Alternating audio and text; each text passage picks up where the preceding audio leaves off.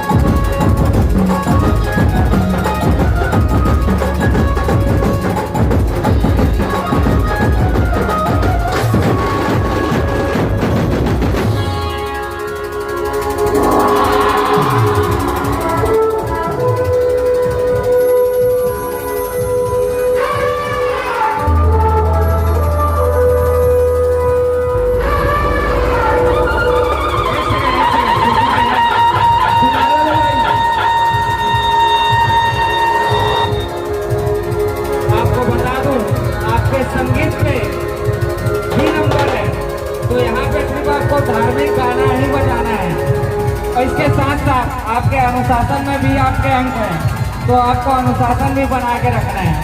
साथ ही साथ आपके लाइटिंग में, आपके साथ सज्जा में भी आपको अंक दिया जा रहा है।